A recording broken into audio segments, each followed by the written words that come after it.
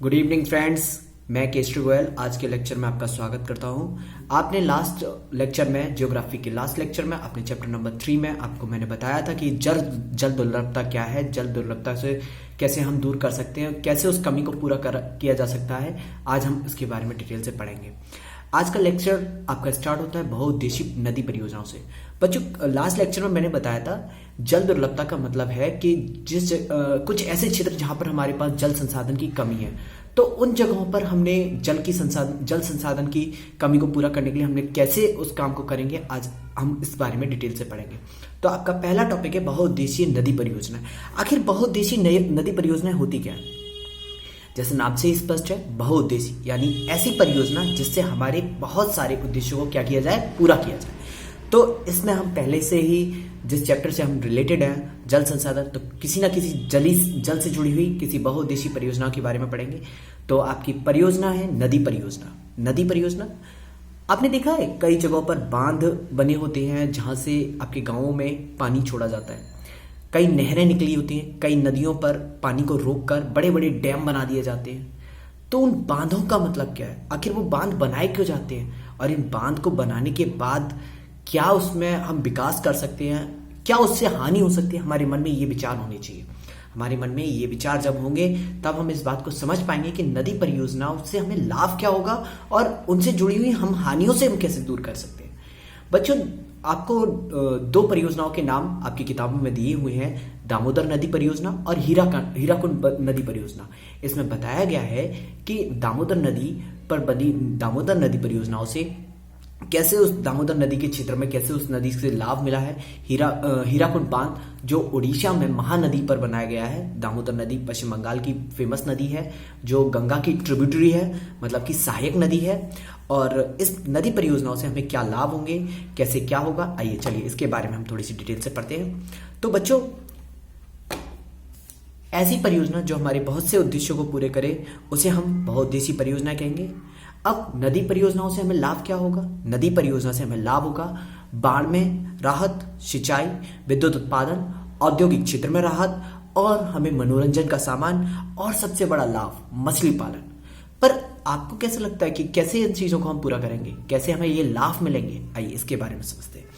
बच्चों, आपने जब जल दुर्लभता जब मैंने पढ़ाया था तब मैंने आपको बताया था कि जल की कमी केवल उन्हीं जगहों पर नहीं होती जहां जनसंख्या बहुत अधिक है, उन जगहों पर भी होती है जहां पानी तो है पर पीने योग्य पानी या जिस पानी का हम उपयोग कर सके वो पानी की भी कमी है। आपने एक तरफ तो राजस्थान का मटके से भरी हुई लेडीज का फिगर देखा था, और एक दूसरे फिगर में आपने देखा था लद्दाख जैसे शहर में एक बर्फीले मैदान। अगर हम भारत की बात करें तो भारत का जो लद्दाख है, लद्दाख केंद्रीय शासित प्रदेश जिसमें जो पूरी तरह बर्फ से ढका हुआ है। तो आपको क्या लगता है कि वहां बरसात नहीं होती होगी? जी नहीं, बिल्कुल नहीं होती। जैसे हमारे यहाँ रेगिस्तान एक सूखा क्षेत्र, वैसे ही लेह लद्दाख हमारे यहाँ बर्फीला मैदान जो पूर्णतः सूखाग्रस्त है। मतलब कि वहां जो रहते हैं लोग वो पानी के लिए दूर दूर तक जाते हैं, तलाश करते हैं ताकि वो नदियों से पानी ले सके, किसी ना किसी तरीका से अपनी पानी की जुगाड़ करते हैं। क्योंकि वो बहुत ऊंचाई पर बसा हुआ क्षेत्र है और उस जगह पर सूक्ष्म नमी की वायु की मात्रा बहुत कम मात्रा में पाई जाती है। वहां शुष्क वायु है, वहां का टेम्परेचर माइनस में रहता है, -40 डिग्री, -45 डिग्री, इस तरीका से टेम्परेचर रहने के कारण वहां पानी बर्फ के रूप में ज्यादा मात्रा में मिलता है बजाय पानी लिक्विड तरल अवस्था में। तो नदी परियोजनाओं में कैसे हमें लाभ मिला, कैसे हमें उसका प्रयोग किया जा सकता है? सबसे पहले बाढ़ में राहत। कुछ ऐसे क्षेत्र जहां बहुत ज्यादा बाढ़ आती है, जैसे कि आपके बिहार में कोसी रिवर में बहुत ज्यादा आती है। आपकी पश्चिम बंगाल में दामोदर नदी, जैसे दामोदर नदी, इसमें बाढ़ बहुत ज्यादा आती है। और हमारे दक्षिण भारत के कुछ ऐसे प्रांत जहां हर साल बारिश के मौसम में बाढ़ आना स्वाभाविक है। तो गवर्नमेंट ने इसी को देखते हुए, हमारे देश की गवर्नमेंट ने, और हमारे देश, न केवल हमारे देश की गवर्नमेंट ने बल्कि प्राचीन काल से ही हमारे देश में बांध बनाना, डैम बनाना, एक ऐसी संरचना जिसके माध्यम से हम न केवल बाढ़ पर कंट्रोल कर सकते हैं बल्कि हम सिंचाई और उससे जुड़े हुए लाभ भी कमा सकते हैं। और मॉडर्न अवस्था में यानी आधुनिक भारत की बात करें तो इसी को देखते हुए हमारे देश के प्रथम प्रधानमंत्री पंडित जवाहरलाल नेहरू ने बांधों को एक शब्द दिया, एक नाम दिया, आधुनिक भारत का मंदिर। कैसे? क्योंकि हमारे आधुनिक भारत के लिए सबसे ज्यादा जरूरी है हमारी सिंचाई को प्रमोट करना। सिंचाई के लिए हमें पानी की सर्वश्रेष्ठ आवश्यकता देना, और बिजली उत्पादन और मत्स्य उत्पादन सबसे ज्यादा जरूरी। तो कैसे? आपने देखा कि बांध के पानी का हम कितना उपयोग कर सकते हैं, बहुत ज्यादा। अब बात करते हैं हम कुछ परंपरागत बांधों के प्रकार की। तो बांधों के प्रकार, उनकी ऊंचाई, उनकी बनावट और उनके उद्देश्य के आधार पर बांधों का वर्गीकरण किया गया। दोस्तों, बांध की डेफिनेशन अगर आपको नहीं पता है तो बांध की डेफिनेशन है एक ऐसी बाधा जो बहते हुए जल को रोकने, दिशा देने और बहाव को कम करने के लिए बनाई जाती है। एक ऐसी संरचना बांध कहलाती है। और बांध काफी ऊंचाई पर भी बनाए जाते हैं और काफी ऊंचे भी होते हैं। जैसे कि हम बात करें आपका हीराकुंड बांध। हीराकुंड बांध बहुत ऊंचाई पर है। आपके भाखड़ा नागल बांध, पंजाब पर सतलज और ब्यास नदी पर बना हुआ बांध, ये काफी ऊंचाई का बांध है। और दोस्तों, कुछ बांध ऐसे भी होते हैं जो हमारे भारत में बहुत ऊंचाई पर बने हैं। जैसे कि आपको एग्जांपल मैं बताऊं, उत्तराखंड में टेहरी नदी पर बना हुआ टेहरी बांध। तो बांधों का वर्गीकरण उनकी संरचना, उनके उद्देश्य और उनकी ऊंचाई के अनुसार किया गया है। संरचना और उनमें प्रयुक्त, उन्हें बनाने में प्रयुक्त पदार्थों के आधार पर बांधों को कई भागों में बांटा गया है। जैसे लकड़ी के बांध, तटबंध बांध या पक्का बांध आदि। इसके अतिरिक्त कई उपवर्गों में इसको बांटा गया है। ऊंचाई के आधार पर अति ऊंचे, मध्यम वर्गीय और नीचे बांध, इस हिसाब से उनको वर्गीकृत किया गया है। तो आपको, मैं आशा करता हूं आपको बांधों का मतलब समझ में आएगा और बहुउद्देशीय परियोजना का मतलब समझ में आएगा। इसी के साथ आपको कुछ बात महत्वपूर्ण और बता दूं, हमारे बांधों का निर्माण आज से ही नहीं हो रहा है, बल्कि प्राचीन काल से हमारे बांधों का निर्माण हो रहा है हमारे देश में। जैसे कि आपने सिंधु घाटी सभ्यता में आपने पढ़ा हो, जिन बच्चों ने 6, 7, 8 क्लास में, वहां बताया गया है कि हमारी सिंधु नदी भारत की सबसे महत्वपूर्ण नदी है, जो आपकी जम्मू कश्मीर प्रांत से होता हुआ पाकिस्तान की ओर निकल जाती है, जिसे हम इस नदी को पाकिस्तान की लाइफ लाइन बोलते हैं, मतलब कि जीवन रेखा। जैसे आपकी उड़ीसा में, केरला में कई नदियां हैं जो आपकी लाइफ लाइन है, जैसे कावेरी है, गोदावरी है। तो बांधों की अगर मैं प्राचीन काल की बात करूं, ईसा के 1 शताब्दी में इलाहाबाद के नजदीक श्रृंगबेरा में गंगा नदी में बाढ़ से राहत करने के लिए, जल को संरक्षित करने के लिए, जल को बचाने के लिए हमने बांधों का निर्माण किया। अब क्या कुछ बच्चे कहेंगे, सर जल को कैसे बचाएंगे? जल को बचाने का मतलब है बेटा,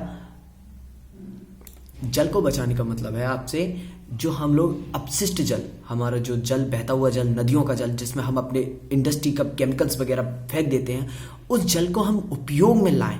ऐसी परियोजनाओं का निर्माण किया जाने लगा।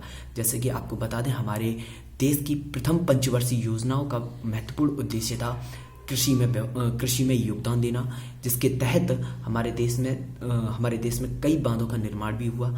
आपको बता दें, आपका हीराकुंड बांध एक अर्थिड डैम, एक भूमि पर बना हुआ एक सबसे बड़ा और सबसे मजबूत और सबसे पुराना बांधों में से एक बांध है। तो प्राचीन काल में कुछ यहाँ पर एनसीईआरटीज में दिया हुआ है। हमारे चंद्रगुप्त के समय पर बृहत स्तर पर, मतलब बड़े स्तर पर बांध और झील का निर्माण होता था। उदाहरण के तौर पर कालिंग, नागार्जुनकोंडा, बैनूर, कोल्हापुर, महाराष्ट्र, इन जगहों पर उचित सिंचाई के लिए हम लोगों ने प्राचीन काल से ही हमारे देश में बांधों का निर्माण किया जा रहा है। जैसे कि आपको मुगल डायनेस्टी में, मुगल टाइम पीरियड में बताया होगा, सबसे महत्वपूर्ण काम सिकंदर लोधी ने सिंचाई के क्षेत्र में किया था। सिंचाई का मतलब होता है जो खेती के लिए हम पानी की जरूरत होती है, उस काम में हमारे सिकंदर लोधी ने, जिन्होंने आगरा नगर की स्थापना की, उन्होंने कई सारी झीलों का निर्माण किया, भोपाल जी। और हमारे देश में इन बांधों को बनाने के बाद हम लोगों ने जल को बचाने के लिए कई नहरों का निर्माण किया, कई नदियों का निर्माण किया। आपके गंगा नदी पर भी कई सारे बांध बने हुए। आपने सबसे बड़ा बांध, अगर आपको उदाहरण के तौर पर आज मॉडर्न एज में बताऊं, तो आज के वर्तमान स्थिति में बताऊं, नर्मदा नदी पर बना हुआ सरदार सरोवर डैम, केवड़िया प्रांत में, गुजरात का सबसे मजबूत बांध। आप सभी को जानकर हैरानी होगी, या आप सभी लोग इस बात से जानते होंगे, जानकारी रखते होंगे कि आपके केवड़िया ग्राम पर सरदार सरोवर बांध नर्मदा नदी पर बनाया हुआ है। अब जैसे कि आपको एनसीईआरटी में एक चित्र दिखाया जा रहा है जो हीराकुंड बांध का है। ये चित्र हीराकुंड बांध का है आपके, जिसमें नदी के किनारे पर ये बांध बने हुए, इन बांधों में ये चीज आप जो देख रहे हैं, ये जगह पर गेट बने होते हैं जिसके जरिए ये नदी का पानी जब जल स्तर बढ़ जाता है तब उसको छोड़ा जाता है। इसी को देखते हुए जवाहरलाल नेहरू ने गर्व से बांधों के लिए आधुनिक भारत का निर्माण, भारत का मंदिर कहा। धन्यवाद। आज की वीडियो में अभी यहीं रोक रहा हूं। फिर से हम पुनः मिलेंगे और एक बार कुछ नए एहसास के साथ, कुछ नए पल के साथ और कुछ नई चेतनाओं के साथ हम फिर से मिलेंगे। इसी के साथ मैं बोर्ड के स्टूडेंट के लिए ये बोलना चाहूंगा, सिंह बनो, सिंहासन से मत डरो। सिंह बनो, किसी भी जंग से मत डरो। तुम सिंहासन के लिए नहीं बने हो, तुम सिंहासन नहीं पाना चाहते हो, तुम सिंह हो यानी शेर, जंगल के राजा हो। तुम जहां बैठोगे वहीं तुम्हारा सिंहासन होगा। इसलिए कभी भी हार या जीत को मत सोचो। जो तुम्हारे मन में है, जैसा तुम्हें अच्छा लगता है, जो तुम्हारे करने का दिल करता है वो करो। मेरी शुभकामनाएं और मेरे सभी गुरुजनों की शुभकामनाएं आप सभी के साथ हैं। आप सभी के बोर्ड के एग्जाम की प्रिपरेशन के लिए आप सभी मेहनत करते रहें, ऐसी हमें आशा है। और आप सभी को बहुत सारी शुभकामनाएं कि आप लोग अपने बोर्ड के एग्जाम अच्छे से कर सकें। Thank you friends, bye bye.